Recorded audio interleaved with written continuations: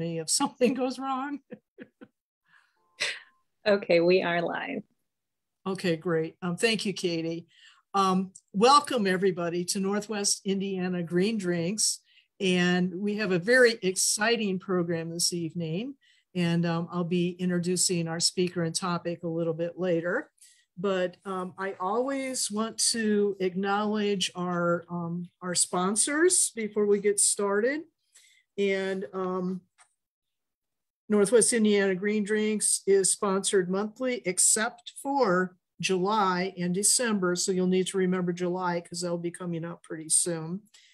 Sponsored by Save the Dunes, Michigan City Sustainability Commission, and we're supported by 219 Green Connect.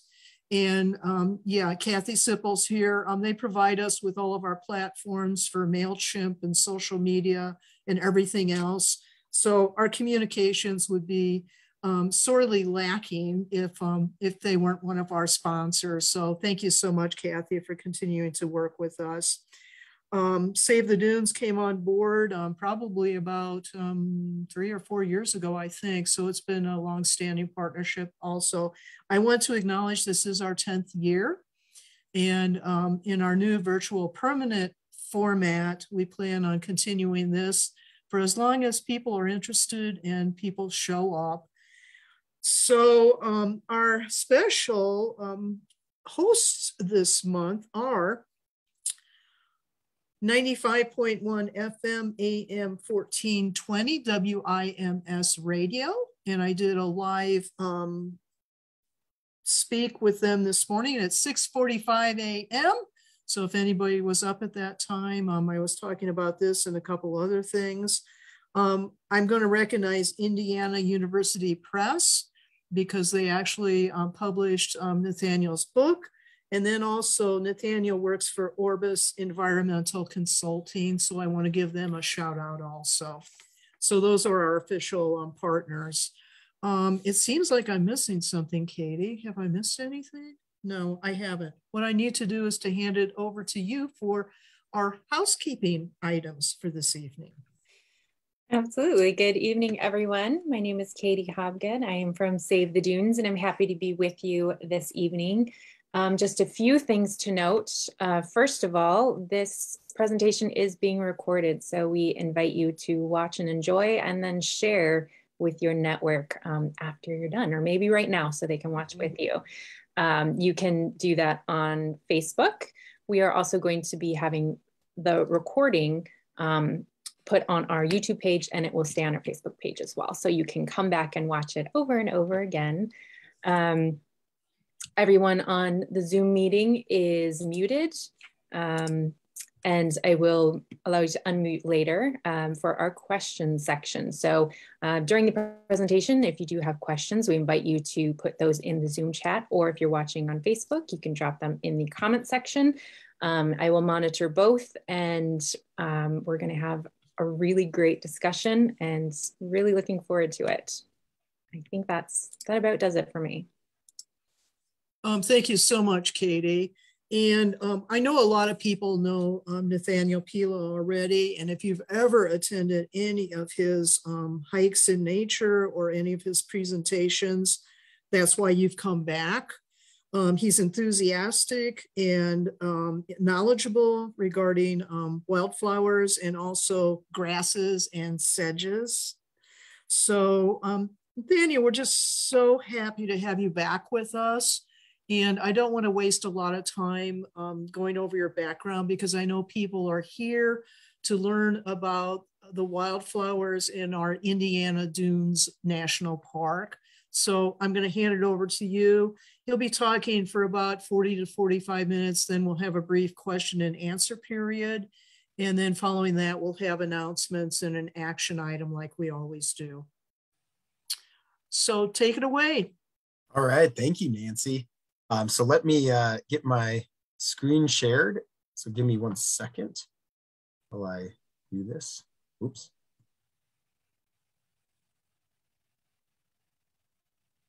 All right. So is everyone seeing that? Did we look good? It's just the screen? All right. Okay, so yeah, today I just got in the mail, which I was saying earlier, this wonderful book, Wildflowers of the Indiana Dunes National Park, written by myself and a dear friend of mine, Scott Namasnik, who couldn't be here today, but he will have a quick couple-minute introduction here in a second that I have on the upcoming slide. So thank you for coming out. Thank you, Nancy, and let's get right into it. And I'm not going to give an introduction. You can look me up online and read all these bios that make wonderful statements about me and such there. And so anyway, let's do this. There we go.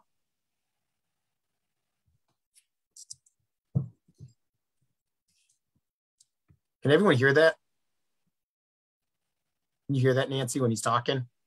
Can I share audio, Katie? You should be able to. Okay. Oops, no one can hear that. Scott has a really nice thing to say, so let's try to get this. I should have tried this in the pre-setup before we got on. So let's see, display setting. Do you have your speakers on? I do. I can hear it in mine. If not, what I will do is share this in the chat, the link in the chat, so you can hear what he has to say, because he gives a brief 2 minutes why he couldn't be here and how nice this talk is going to be by me, and kind of a brief introduction on how we came together to make the book. So Katie, could you maybe pick that up in the chat and play it? Yeah, here. Sure. I'm putting it in the chat just as we speak. Oh.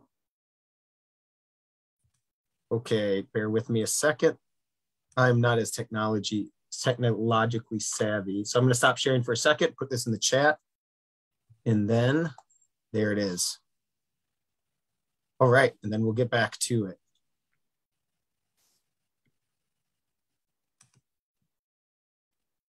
All right, once we get over this technical thing, then it'll be fun, promise. All right, so why did we do this book? That's kind of, Scott talked a little bit about how we came together to do it.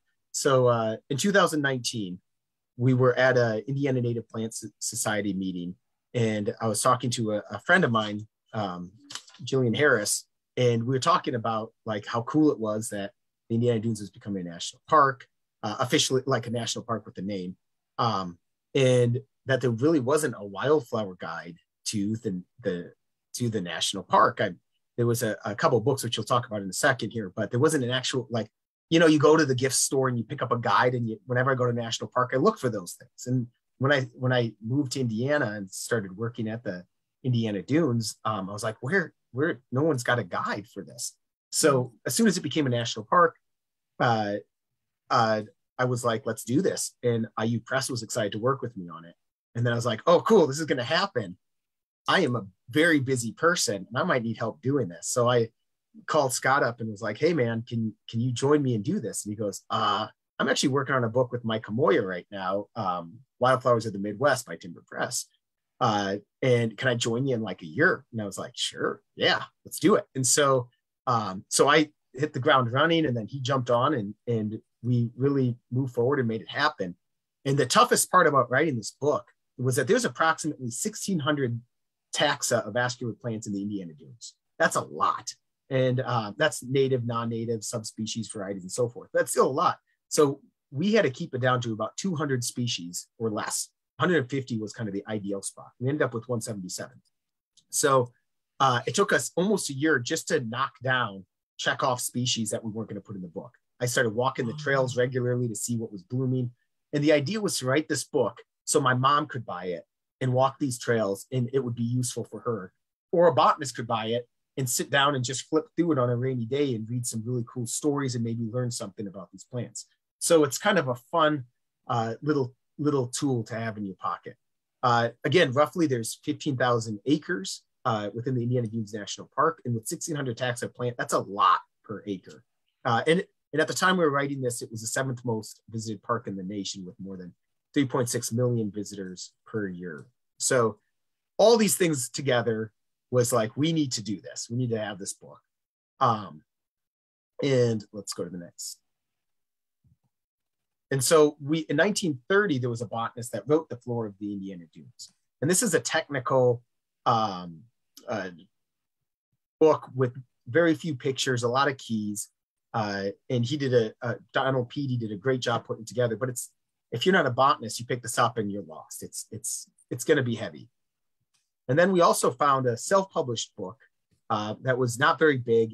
It's ring bound, Wildflowers of the Dunes. And there was a lot of errors in it. There was a lot of things with this that it was like, okay, we need to create something new and exciting. So we put together the Wildflowers of the Indiana Dunes. But what we left out, this is the sad part. We left out ferns because we had to cut somewhere. So we left out ferns. There's some really good books on ferns that can supplement that. Mike Kamoya's Woodland Wildflowers book, also published by IU Press, has a lot of good fern information. There's a lot of good Michigan fern books. So we left ferns out. We left graminoids out. So the sedges and the grasses, that was tough. But I figured that the audience that wants to get this book may not be ready to look at a Poa elsodis right there, that grass, and go, wow, that looks like a grass that's in my yard. And it looks like every other Poa. So we left the graminoids out. And we also left the trees and shrubs out because there's Marion's 101 Trees of Indiana is fantastic. It covers the trees of Indiana. And if we had to cut somewhere, we were like, okay, these are the places we have to cut. And because I saw Paul's comment, there's no potamogetans in this. Aquatic plants maybe will be coming after this book, but there's not really a strong presence of aquatic plants. We focus on what we're going to see when we're walking the trails in the Indiana Dunes. How do we use the guide? And I'm sorry, I'm going to talk fast. There's a lot of things I want to say, and 45 minutes ends up going quick. So using the guide, one of the things that we did when we put together the guide was we tried different formats on how to, and all these wildflower guides use color, flower color, as the way to arrange it. And we're like, we're not going to do that, blah, blah, blah. Well, at the end of it, we ended up saying, okay, this is why people do it. It works. It's fine. Some of the issues that we had with it is things like sometimes the flower color isn't as easy as these are pink flowers, these are red flowers. Sometimes, like the Dame's rocket, you're going to have pink, lavender, white flowers. So what we had to do was think, what do we see most often? And most often we see them as pink or white with a pink blush. So then we put them in the pink with the note that it could be found in other places.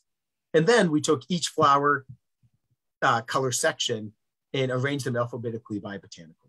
We're going to get to the fun stuff here in a second, I promise. It's just getting you set up for the kind of how the book is structured. So you can see here, chapter 5 is where the white, cream, and green flowers are listed. And there's a list in the front of the chapter with all the flowers that we have in it. The chapters are broken down with the white, cream, green, yellow, orange, red, pink, lavender, and magenta, and then violet and blue. With those last two, there's like it's, again, I can't tell you how many times we asked someone who's sitting in the room, hey, what color is this? What would you say this color is? And so we had a lot of help from our family, just helping us, remove that technical element and just give us that this is what this is. All right. So here, what you see is these are 3 pages from the book. So this is how it's set up. Okay, so this is Angelica atropurpurea, the great Angelica. So we start out with the name. Everything's listed by the botanical name first, then the common name. Because common names can be all over the place. So, and then we put the family. So Apiaceae, this is in the carrot family. And then we have a description. So the description, a lot of readers may just skim over the description at best. It's a little more technical, a little more dry. We have the bloom period right after that. And then the plant communities. And those plant communities we took out of Pavlovik's work with the special veg.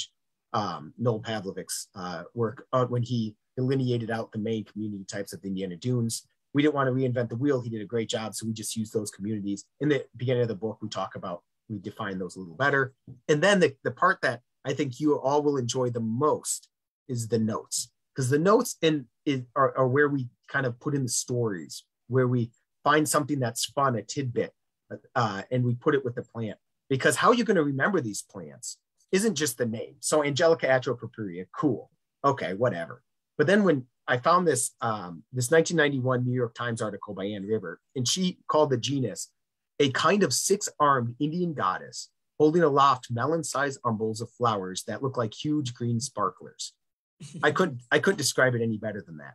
You know, it's I think the last sentence of the notes says the great Angelica would be fitting complement in the world of Melicandra. And any sci-fi readers would maybe know what Melicandra is. If not, it's a sci-fi world with crazy things, life forms in it. Anyway, and then we put stories like in 1687. This is a great story. John Clayton wrote. John Clayton, if you've seen Spring Beauty, Clatonia, it was named after John Clayton. John Clayton wrote that a Native American dug up part of the root of the great Angelica plant and rubbed it on his hand upwind of a deer. The deer sniffed the air and walked toward him, curious about the smell. Once the deer was close enough, the Native American shot it. Now, I don't know. Now, there's so much lore that goes with these plants that it's fun to tell these stories. I'm not going to dig up the root and wipe it on my hand and then hold it up. And when I'm hunting and a deer comes, oh, this is cool. But who knows? I don't know. It's a fun story. It was, in a letter that John, so we put it in the book. And then we have the etymology, which talks about where the name came from. So where the name Angelica came from. And that has a very magical, a ton of different stories on where that came from. So we try to take a couple of the main stories and put them in. And Atropurpurea just means dark purple. So then by doing this, by putting the etymology and why the name is what it is, hopefully when you see Angelica Atropurpurea, you won't be scared of that word anymore, because all of a sudden you're going to see why that name is put on that plant. There's a reason why it's named that. And then you can leave saying, hey, that's not intimidating. And then lastly, we put the lookalikes in. So if there's something that looks similar to it, we'll put it in the book to help so you can properly identify these species. All right, keep moving here. So we're going to start, what I'm going to do is I took one plant from each of the chapters and we're going to talk about it. And these are plants you're going to see when you're walking the dunes. So Erycema triphyllum is the first one we're going to talk about, Jack in the Pulpit. Many of you know this plant or have seen this plant when you're hiking. And this may be information that you've even heard before, but it's still fun. There's a lot of tidbits in it that maybe will help you. So then you have stories that you can share beyond this. So Jack in the Pulpit, right away, you can see that this leaf, by the hat, how big this leaf can get. This is one leaf, and it's called triphyllum because it means three. Phylum means leaves. So three leaf, when it's actually one leaf that's dissected 3 times. So that's actually a leaf with 3 leaflets. And on a female plant, as you can see over on the corner, that female plant has 2 leaves coming off. 2 leaves coming off with the female plants usually.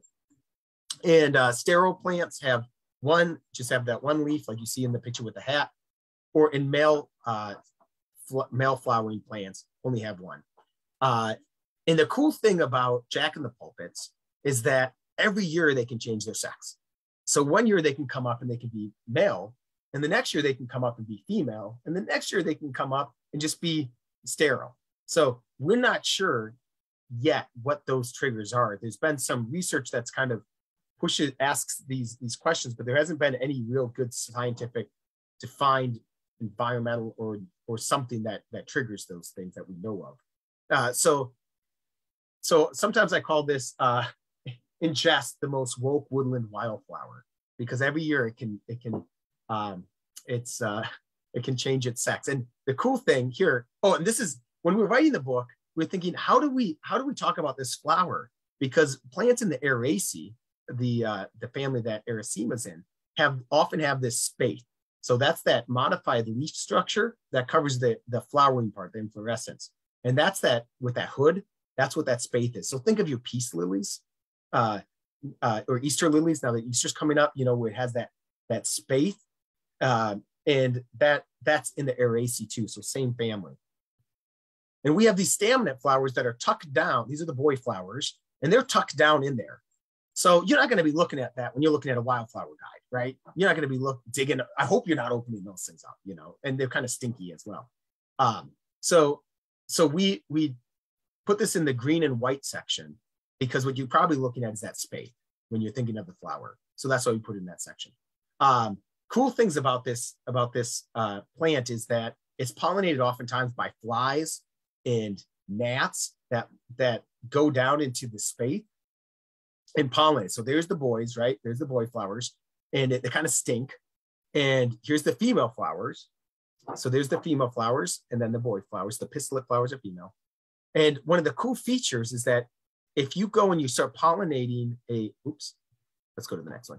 So the one on the right with the little hole is the male flowering plant. And that little hole, so if you're a fly, you fly down there, you're buzzing around, you do your thing, and then you're like, oh, how do I get out? And you see a little exit door, and you're like, got it, I'm good, I'm out of here. And then you fly into a female, and you're buzzing around, doing your thing, and then you're like, uh-oh, how do I get out of here? There's no hole, they're stuck. Just to make sure that they get pollinated, they've evolved this really cool trait. So this is fantastic. And Erycema actually, the name means Eris for the Eraceae, the family, the arum family, the arum, and Sema is blood. And the botanist that named this genus, the three species, the South American, I believe, species they looked at had these red venation, strong venation that looked like blood. So that's where the name came from. And all these stories are in the book. So now we're into the yellow section. So Lizomachia terrestris, or swamp candle. So if you've been hiking in those nice sandy areas, a little wet, you may see some swamp candles. And this is a really cool plant. When it was named by Linnaeus, he actually put this in the mistletoe family because he got a specimen, and the specimen had these little bubblets. You see in the picture the little red things? Those are little bubblets. So they form these little bubblets that can fall off and grow again. So when he got this, he's like, oh, this is crazy. This must be in the mistletoe family. And it wasn't until 100 years later that a group of botanists were like, no, this isn't. This is a Lizomachia. What are you talking about? So I put in Lizomachia, and we'll talk in a minute where that name came from. Now, this is really cool because a lot of plants, they produce this really sweet nectar, right? So you're an insect, you come and you want to get that sweet nectar. What this plant with Lizomachia flowers have is they have this fatty nectar that this certain, I think it's, actually, let's go to the next slide here so we can see. It's this Macropsis, I think is the name of the genus of bees that the solitary bees that specifically pollinate this, and they take and they can use that fatty nectar as like a food source, or they build a nest with it. So they've co-evolved, which is really cool. And so who's this guy over here? This guy is Lizomachus, or something like, I think I'm saying that right. So he was the predecessor of Alexander the Great. And there's a great story about how he was in this field and there's this raging bull. So just picture Robert De Niro getting ready to fight, those that grew up in the 80s will get what I'm talking about. So there's this raging bull, and all I can picture now is Robert De Niro in the ring, this raging bull coming at Lizomachus, and he picks up this plant and he like waves it at him, and the bull just stops. It's like, oh geez, no. And it's thought that it was a Lizomachia. That's why they named it after him. So the swamp candles, because it looks like a common name, because it looks like a beautiful yellow candle, and it often occurs in swamps. Terrestris just means it's terrestrial. So cool. So that's yellow. It was hard for me to pick out what plants I wanted to talk about because there's so many cool plants. But of course, we all love our Asclepias. So I put for the orange section, Asclepias tuberosa, Asclepias, the butterfly weed. And why is it called butterfly weed and not milkweed? Because if you break the leaves, there's not a milky sap that comes out of it. It's a clear latex that comes out. You can see the follicles where the seed pods, they're smooth. kind of like swamp milkweed or the common milkweed, Asclepias syriaca. So Asclepias tuberosa oftentimes is, look, before it flowers, sometimes it's like, oh, is this really an Asclepias? Asclepias is supposed to have opposite leaves. They're usually not this hairy. What's going on? But they have, in Asclepias tuberosa, the leaves are alternate or subopposite, but usually not opposite. And then, of course, they have those gorgeous, showy orange flowers with those hoods. It's pollinated by large bees usually and bigger wasps. And they've evolved to have these horns. So these horns that kind of go like this. And then they have these little slits where if you're a bee, you land it and your leg falls down this kind of the slit. And then when you pull it up, you're going to get this pollinia, this thing that looks like this with these pollen structures, and it gets stuck on the bee's leg. And so if you're a little insect, you go in there, and not only is it too heavy maybe to get out, but those horns now may be holding you down. And one of the evolutionary ideas here is that you want a big, strong insect to take that and go far with it, to pollinate it well. And so it makes sense in this setting. So Asclepias. Asclepias hurtella is a lookalike. Asclepius, that's who the dude is right there, that really great looking dude. Asclepius was the Greek god of medicine and healing. He was really cool. There's a story that he was really good at what he did medicinally, and he was making mortals somewhat immortal.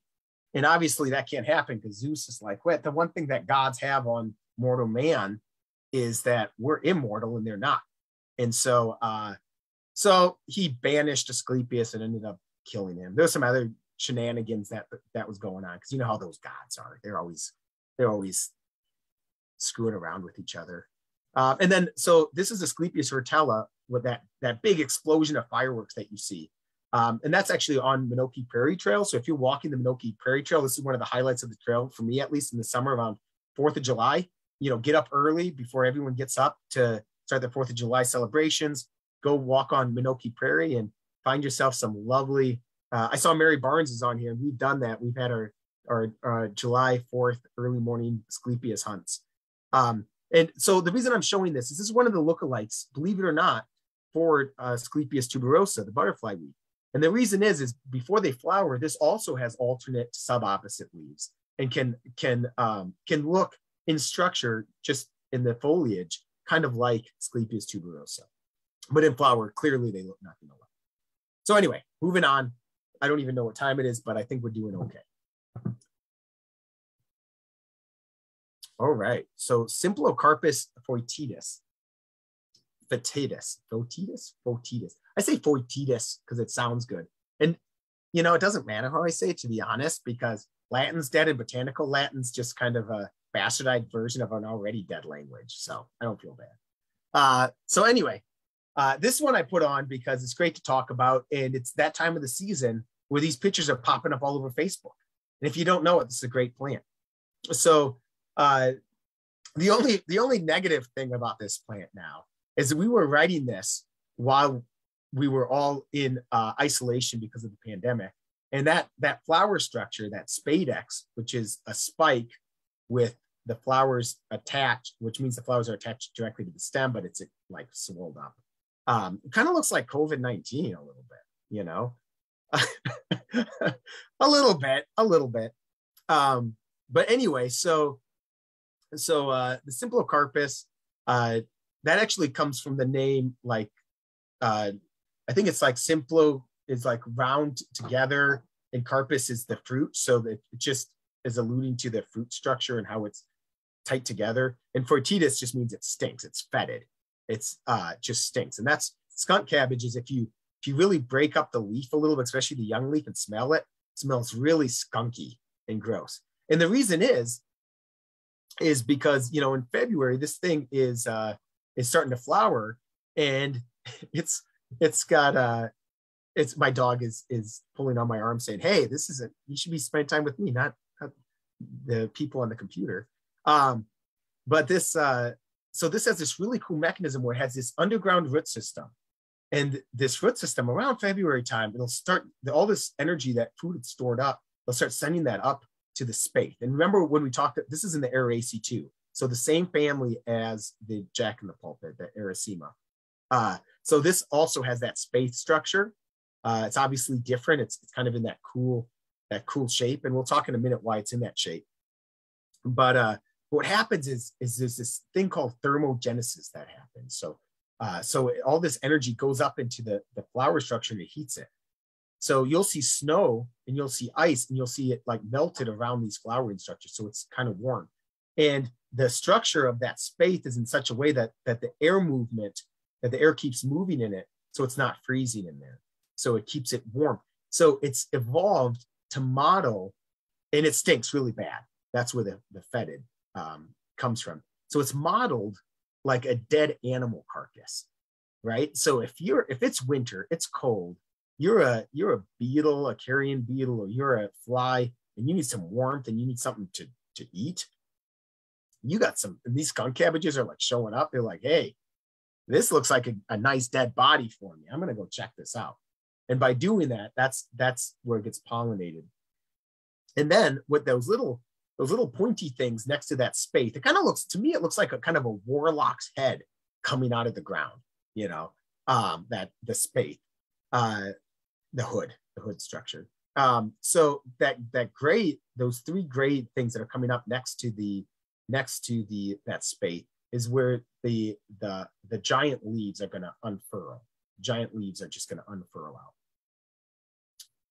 And you can see here, this is a big seep. So they really like that cool groundwater. And so a seep is where this underground water comes and feeds. And so it really likes that cool water system. The only species that kind of looks like it is Archella palustris, or water dragon. The only place that occurs in the Indiana Dunes is at Pinhook Bog. So if you walk on the trail, right when you go on the trail on the Pinhook Bog Trail, you'll see that right when you walk in. It's in the Araceae. As you can see, it looks, to me at least, it looks nothing like skunk cabbage. But it is in the same family. Again, the Araceae, it has that white hood and smaller leaves. It doesn't have the big elephant ear leaves like Symplocarpus fertilis. Okay, we're going to keep moving because we're getting there. So Nabalus albus. So we're going to jump in to the Asteraceae family. So this is also called white rattlesnake wood. And there's a great story on why it's called that. So it was Prananthes, and then it started out Nabalus. And then it was put into Prananthes, and then genetics showed that, no, it probably should stay in Nabalus. So we put it back in Nabalus. But this is a great flower. It's also called lion's foot. Sometimes you can see that leaf, kind of looks like a lion's foot. And we put this in pinkish, the pink would be pinkish lavender section maybe, because it's the filaries. So we're leaning towards white, but the pink really takes it away from white. So that's why. And that's that pink structure on the flowers there. So real quick story, because I don't want to exhaust my time here. William Byrd was this wealthy, kind of pompous dude, adventurer, let's just say. He's from Virginia, right? And he wrote this book, this really nice book on his travels and blah, blah, blah. And then he wrote this book probably to his buddies. It's kind of this, it was a little vulgar. It was funny in times, very indignant. And he talks about Nabalus. And he talks about Nabalus as being, and this is where the name rattlesnake, white rattlesnake, comes from, the common name. So he tells the story about how he's out. They're trying to do the boundary of Virginia, which I guess was a nightmare because it's swamp. And he complained about it. And he said he's with his dog, and there's all these venomous snakes coming at him, all these venomous snakes. And so he takes the Nabalus, and he rubs it all over his dog's like paws and nose or whatever. And then it was his dog's nose, or I think it's paws and nose. And then he starts shoving the dog's paws and face into the venomous snakes. And they're all like, the snakes are like, no, get away. And it's quite preposterous. This whole story is. And so we're not sure if it was an old folk tale that he's like, this is ridiculous, so I'm just going to make a farce out of all of this. Or if he made it up in kind of this ridiculous way himself. But nevertheless, thereafter, it was called rattlesnake root, which is hilarious. Actually, he took the root of the plant and rubbed it all over his dog. And it's also called Nablus altissima, which is a lookalike species. It doesn't have as much purple as you can see. It has fewer of those bract-like structures, the filaries around the flowers. As you can see here, there's more of them. If we were in person, I'd point and show and stuff. With Zoom, it's hopefully you can see that they look a little different. And the book describes them a lot in depth. But why it's called lettuce, white lettuce, is because it's in the aster family. It's in the lettuce tribe, where Lactuca sativa, which is our lettuce, is as well. So it's part of the lettuce tribe. Okay, we're getting there, I promise. The Symphyotrichum. So now we're getting later in the season. So the Symphyotrichum nova inglés, the New England aster. I hear a lot about why did you take the word aster and now call them Symphyotrichums? That's a big long mouthful. I don't like it. Aster was so much easier.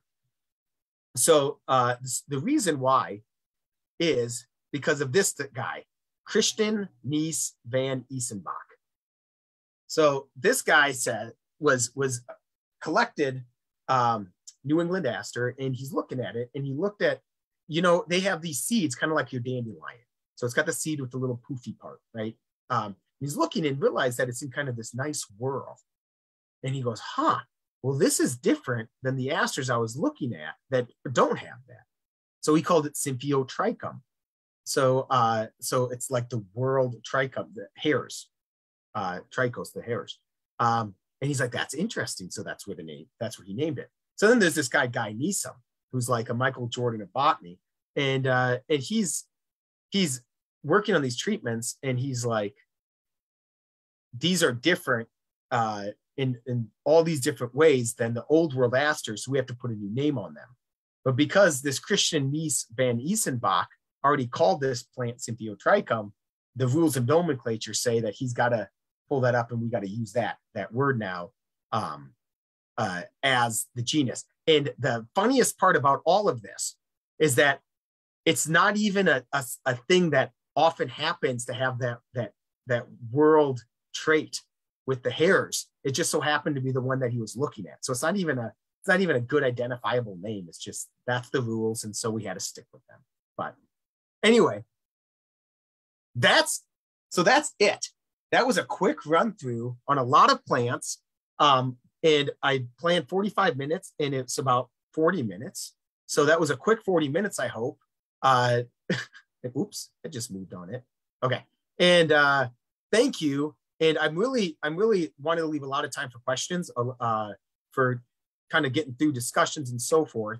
This is actually at Dune Ridge. So it's a great place where you can hike. And why does it do that? Where you can hike and you can sit and look over the Great Marsh System in Beverly Shores, a Dune Ridge Trail. There's my information. Thank you. And if there's any questions, before I ask the questions though, next week, Saturday, April 16th, at 10 a.m. to 11:30 a.m. Central Time, Scott's going to be joining me, and we're going to be doing a presentation kind of similar to this, probably picking different plants, and we're going to banter a lot more on the book at the Visitor Center, the Indiana Dunes Visitor Center. Definitely something you're not going to want to miss. Otherwise, oofta, I talked a lot really fast. I hope you learned something, picked something up, and I'm going to stop sharing my screen, and let's hit up the questions. If Nancy, are we good with that? Yeah, we're great with that. Nathanael, you did a wonderful job of presenting a lot of material and interesting stories within a very short period of time. Your dog loves your new mustache. It looks like. I know. So Katie, if you'll take those questions first that are in the chat, and then if anybody's dropped any into Facebook in the comment section, that would be great. Sure. Nathanael, at the beginning of your presentation, you mentioned a woodland wildflower guide. Can you provide the name of that guide? Yeah, give me one. I will look this up. So it's Mike Moya. He was the state botanist of Indiana. And this was one of the first books I bought when I came to Indiana to learn wildflowers. And we model, and one thing I love about Mike's book is he also tries to tell stories and add pieces within the description as well. Let me get you the link, and I will throw that in the. So it's Wildflowers and Ferns of Indiana Forests. Wildflowers and Ferns of Indiana Forests by Mike Moya.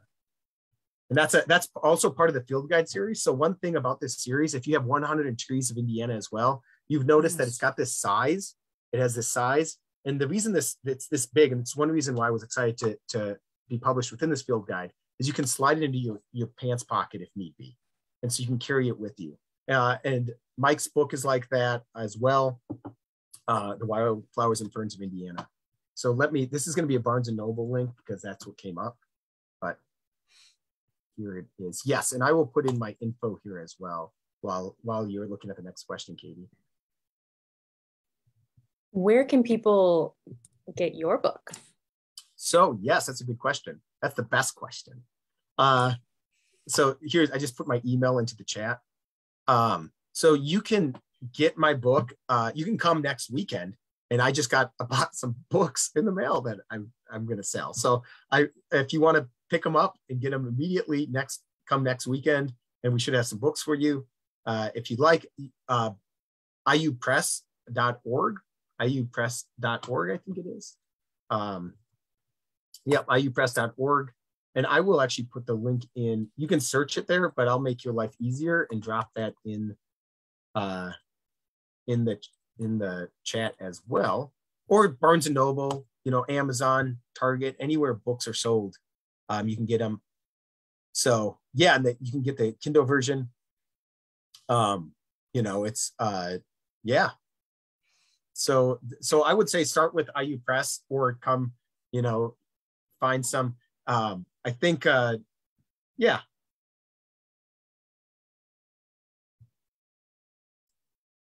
Any cool plant questions? Anything? You can even ask about my mustache. That's great. I can go ahead and give you back the power to unmute yourselves if you'd like to ask a question. Was there anything in the Facebook comments, Katie? Oofta, no. You betcha. Okay. Yes. Okay, so I've got I was going to save this till next week, but because of Paul's comment. So we have a glossary, because of course you need a glossary, especially if you don't know what an acidophile is or something like that, or a psyllic. You're like, what's a psyllic? I don't know. There is something that Scott put in here that was kind of a fun nugget, and I got to find this. And it describes what a pilla is. And I was like, uh-oh. And it's a fantastical, magical being full of pizzazz that can often be spotted in its habitat in remnant natural areas, and that can be heard exclaiming oofta. I think he's partially accurate on some of that description, I guess. But that was a fun little nugget that he put. And by the, when we were writing this, it started out with, it was really funny because it started out with me being putting in all this silly stuff, and he's putting in the technical stuff. And by the time we were done writing the book, I couldn't tell what was mine and what was his, because we were just flowing together and just to this great dance, and whenever you're working with someone, and you get within that flow, it's really fun. Even our photos, I'm like, I don't know if you took that picture, if I took that picture, it was just a great time of bonding. We had a lot of fun putting this book together. It was a blast. Excellent. So we had a couple more questions come in the chat. Are there many orchids in the dunes? Yes. So we have, you hear a lot that we have more orchids than Hawaii. That's not hard to do. The key is that we have, I just saw Paul. I need to not look at the chat and just keep talking. We have, I don't remember the number off the top of my head. But it's more or equal to the Great Smoky Mountains. And I think one of the only parks that beats us by species is the Everglades.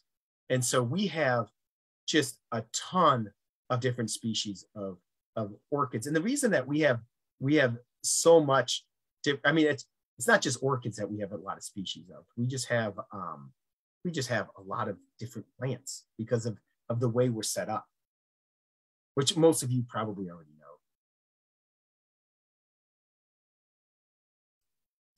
But yes, there's some great orchids. All throughout the dunes, common and very rare. Okay, well, speaking of very rare, endangered or threatened species, do we have a lot of those in this area? Yeah, so there is species that especially like Indiana endangered, or there's some species that maybe aren't that are in just the dune system. So you go like we talk about pitcher's thistle in the book. We try not to put super rare species in the book, but stuff that you could see on the trails. And pitcher's thistle is something when you're hiking the West Beach Trail, you're going up the Succession Trail, you can see, on these slopes. And it's an important, it's one of those, when I think of the dunes, I think of pitcher's thistle. Even when you go up all the way up into Michigan, pitcher's thistle is just that part of the dunes. Just, but yeah, we don't talk too much about endangered or threatened species, and kind of on purpose for the most part. Because again, I didn't write this for the flower hunters as much as those that just are hiking and they're like, what is this beautiful plant? And they can flip through the book and hopefully find it. And if you don't find it, hopefully this book spurs you onto looking at other resources and carrying around, Jerry Wilhelm's big, heavy Flora of the Chicago region. I wouldn't recommend carrying that out anywhere. I love the book, use it daily, but I wouldn't carry it out the field with me. Okay, so let's say somebody picks up your book and they see some wildflowers. Do you have some recommended spots that are, easily accessible and have some good showstoppers to see? Yeah, so I would say the first idea was that we were going to try to make like a spot where what trails you'd see these plants on. But after like a year of hiking all the trails all the time, I was like, this isn't going to work at all. So just because it's so much changes within even the trail system, weather, water, and all these other things that are influencing it. So we kind of pulled that out. It was just not going to work. It wasn't feasible. And so what we found was that just in any trails walking, there's some common things in the book, some uncommon things. All the trails in the Indiana dunes, you're going to find something. If you're looking, you're going to find some plants. You're going to find some cool things, even if it's kind of an old field. To be honest, and I've been saying this a lot this last year, there was this old field I was doing some surveys in, and there was 9 different species of skippers, which just made my summer, because this one spot, there's some cool natural areas around it, but this old field, which I would have probably ignored if I wasn't working in it. And I was like, man, it was some cool life happening around it. And, sometimes the weeds, learning them is equally as important and fun as well. So I'm not going to pick a trail and say, this is the one you should go on. This is the one you should go on. You should go and just experience, just enjoy. Good not answer. Yeah, exactly. I'll give you a lot of those. Terrific. Do we have a lot of plants that are unique to the national park? That's a good question. I think we don't have any endemic plants, so plants that are specific only at the national park. This is the only place they occur. But we have a lot of stuff that if you live in Indiana, you're not going to see anywhere else in Indiana except the Indiana dunes. If you start going into Michigan, northern Michigan, you'll start seeing stuff, and even stuff that if you're in Michigan, you're not going to see. We have Ionactus, this flax-leaved aster, which grows in our savanna areas. And as soon as you cross into Michigan, it's not there. It's just not in Michigan. And so there's species that, because we're in such a weird spot in that line, and that those kind of crosshairs, that we have species that if you're coming in from Wisconsin, if you're coming from Michigan, if you're coming from some, where you're going to see things that maybe you wouldn't see other places. But specifically, is there something that grows in Indiana that grows nowhere, or Indiana dunes than nowhere else? I don't think there is. Not that that's a bad thing. It's just. All right, so let's get to Paul's question. What is project for you? Oh, I have a whole list. I have a list. There's a couple of big projects that I'm not going to spill the beans on yet because I've got a lot more work to set up for it. But the big projects that I'm hoping, one is a really big project that I'm hoping it may be like, give me 6-7 years and I'll have that done. But ideally, yeah, there's always something in the works. And as soon as this spring is just getting, this book just came out, I'm excited about it. And yeah, and there's going to be, expect more things coming for sure. Mostly plant-based things though. So I'm not going to, I'm not going to write a new treatise on Kant, not yet at least. Okay, that is all the questions that I'm seeing for now. Excellent. Yeah. Yes, Paul. Yeah, well, excellent. Thank you all for jumping on. I hope you learned something. I hope you're excited and you want to check out the book. This was just a big commercial, I guess, but I would have said the same things even if I didn't have a book. So I guess that works. There was a question here quick that was, it looked like, what is the difference between plants in the bogs of Lydic in Hook? I think with that, there's going to be some overlap with the species because they're bog species. They like more acidic communities. So there is a lot of overlap in there, and they're kettle bogs, so they kind of have the same form. So I'm not sure if you're asking what the difference between those specifically, or what the difference between like pinhook and like, I don't know, cowls is.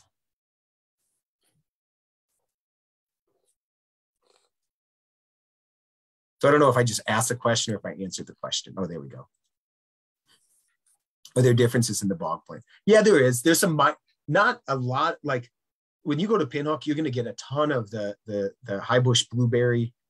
It's later in succession than Lydic bog, in my opinion, which means it's going to be more shrubby.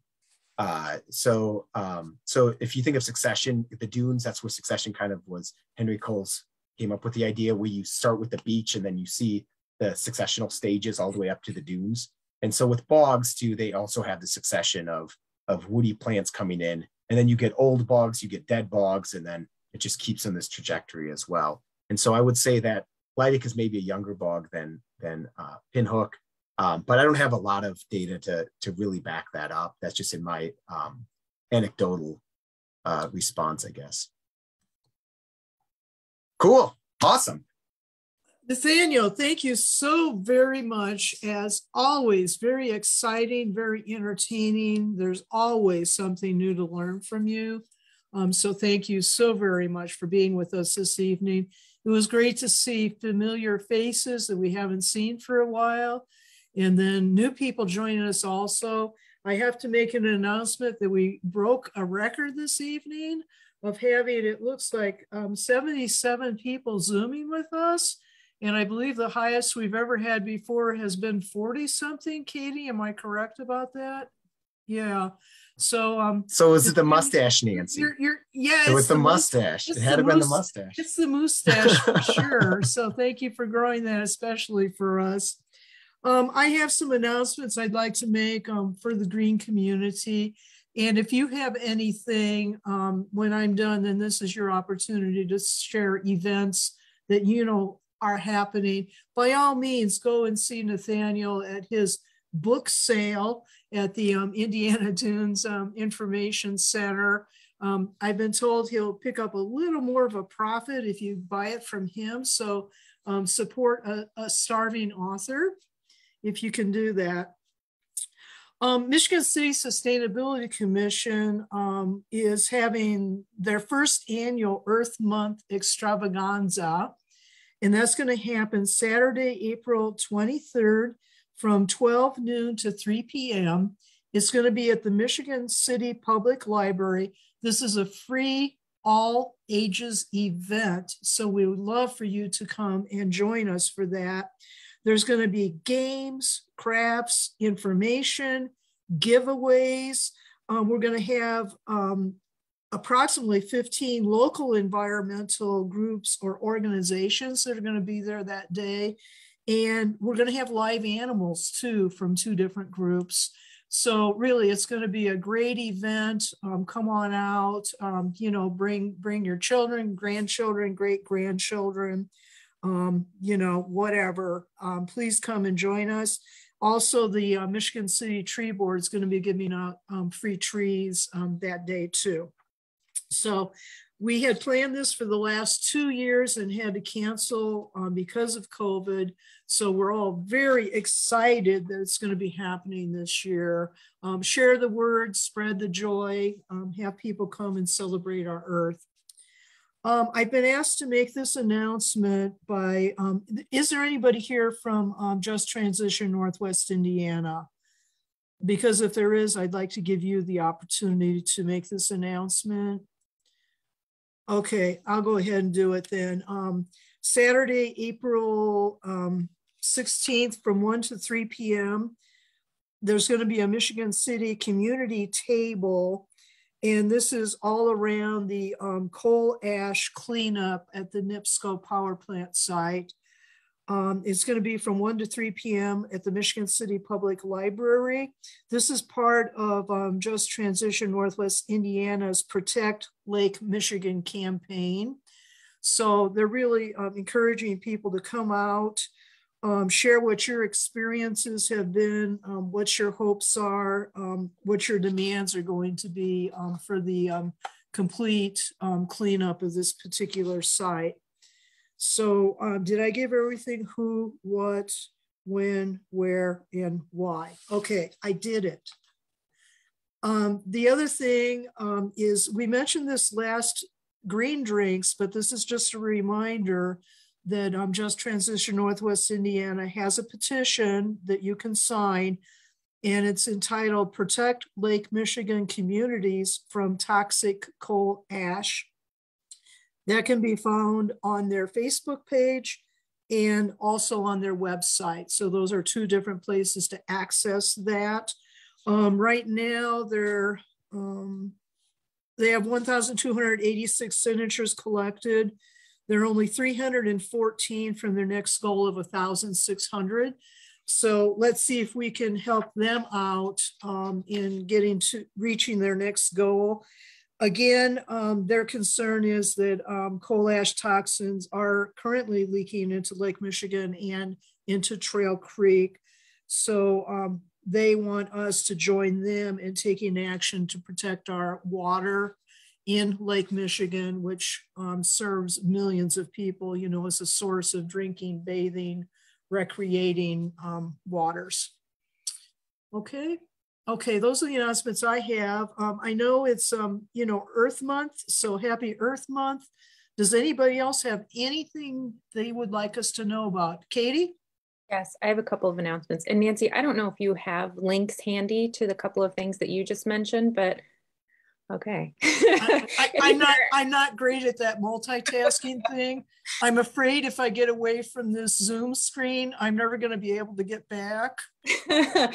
Oh, I understand that so well. Okay, no worries. And it's happened. Okay, I have a couple of things that I would like to mention from Save the Dunes. First, if you don't follow us on Facebook, please do. But we put up a post recently. We just launched a new project in partnership with Indiana University Bloomington and Michigan State University. And this is a project funded by the National Oceanic and Atmospheric Administration and the Indiana Department of Natural Resources Lake Michigan Coastal Program. Dang, I almost got through it without messing up. Anyhow, so this project is focused on evaluating coastal perceptions of natural resources in the Indiana Dunes. And we are conducting a survey as part of the project intended to gather information about the perceptions, understanding, and importance of natural resources and natural areas to residents and visitors of the Indiana coastal region. So I'm going to drop that link in the chat in Zoom and on Facebook. Please, please, please, if you are willing, take that survey. It takes about 10 minutes and it is invaluable information that will really help us with messaging and developing projects that can connect more meaningfully with the communities of Northwest Indiana. So that's one. The other thing, Save the Dunes is hiring.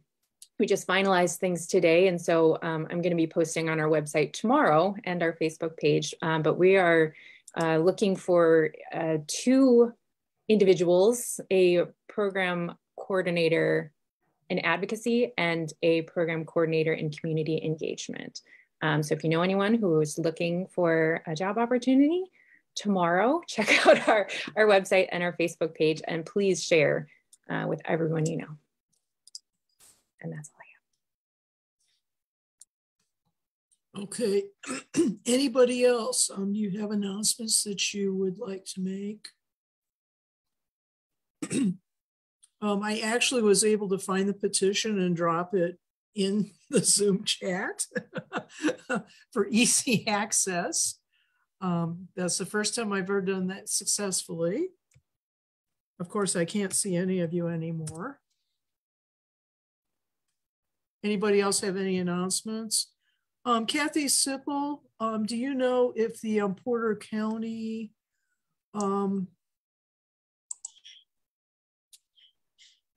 green event is happening? Birthday? Yeah, is that happening this year? I believe so. I will find that link and put it in chat. Again, that hasn't happened for the last 2 years because of COVID, but I had heard it was coming back, but I didn't see anything yet on that. Also, this Saturday at Valparaiso University, they're having their annual symposium, and this time it's actually on solar advances.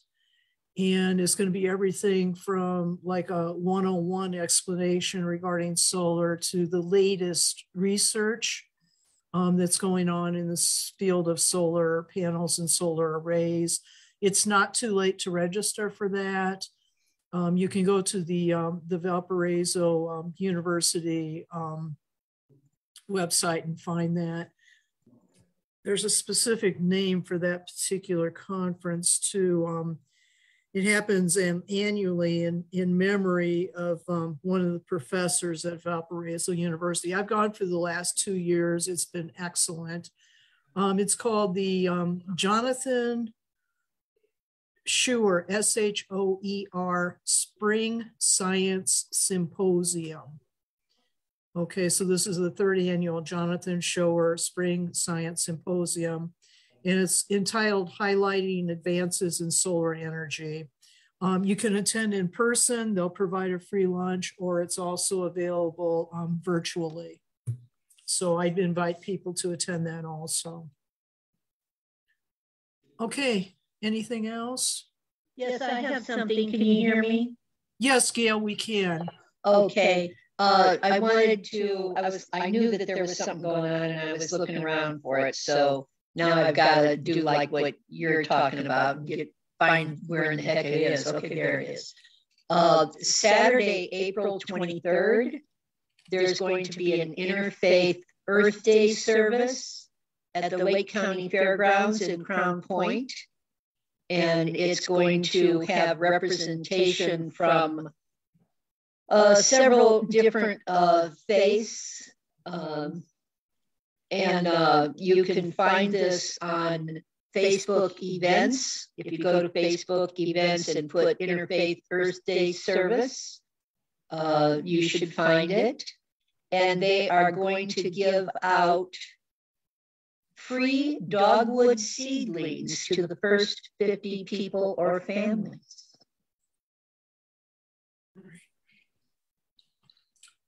Thank you, Gail, for bringing that to our attention. You're welcome. It's gonna be a wonderful event, I can tell. I just have a very brief announcement that the City of Michigan City last month received Soul Smart Silver designation. So we're now recognized as a community that's not only ready for solar, but one that supports solar. And this is a national designation that's given by the United States Department of Energy. And it's a big deal, I can say that. So congratulations to the Michigan City Sustainability Commission and everybody that worked on that. It really was a team effort. So, okay, that's great. I purposefully am not making an announcement about next month's presentation because we're hoping that some research is going to be analyzed that has to do with a certain type of animal that lives in Trail Creek and Lake Michigan without giving too much away. But we did pull fish samples out of both of those bodies of water, and they've been looked at. Hopefully we're going to be able to have a presentation by the scientists who have worked on that, if not this month, then next month. So we're sort of free floating right here. If that doesn't work out, then I do hope to pull something together regarding climate change, because I'm sure all of you have noticed our springs are getting wetter and we're having more rainfall, and it didn't used to be like this. So I think it's an appropriate time to get somebody in to talk about that particular topic. So it could be one of those, or it could be something else, but I wanted to remain flexible because I want to get the information regarding the research out as soon as possible, because I think it's important for our community and also everybody that lives along Lake Michigan to know, what's happening with our fish. Okay, this has been a fun evening. So what a great way to kick off Earth Month. And I hope everybody just really embraces our Mother Earth and does something for her, and also shares something very special about her, with our families, with our friends, with our neighbors, with our organizations, with our communities. That's why I love Gail's announcement, about the interfaith event that's happening, because she's one thing that ties all of us together. We wouldn't be alive, we wouldn't be thriving, and we wouldn't be in relationship with each other, and we wouldn't be sharing love if Mother Earth were not under all of us. So have a great month, and we'll see you then the first Thursday in May, which would be May 5th. So be sure you have it in your calendar, 6:30 in our permanent virtual format. So we're always available via Zoom and or Facebook Live on Save the Dunes. Thank you, Katie. I would not be able to do this without you. So thank you for being our technical support. And Nathanael, I just love you so much, and I hope you know that. And I think we all do. Your love for plants, it consumes all of us. So just thank you so very much.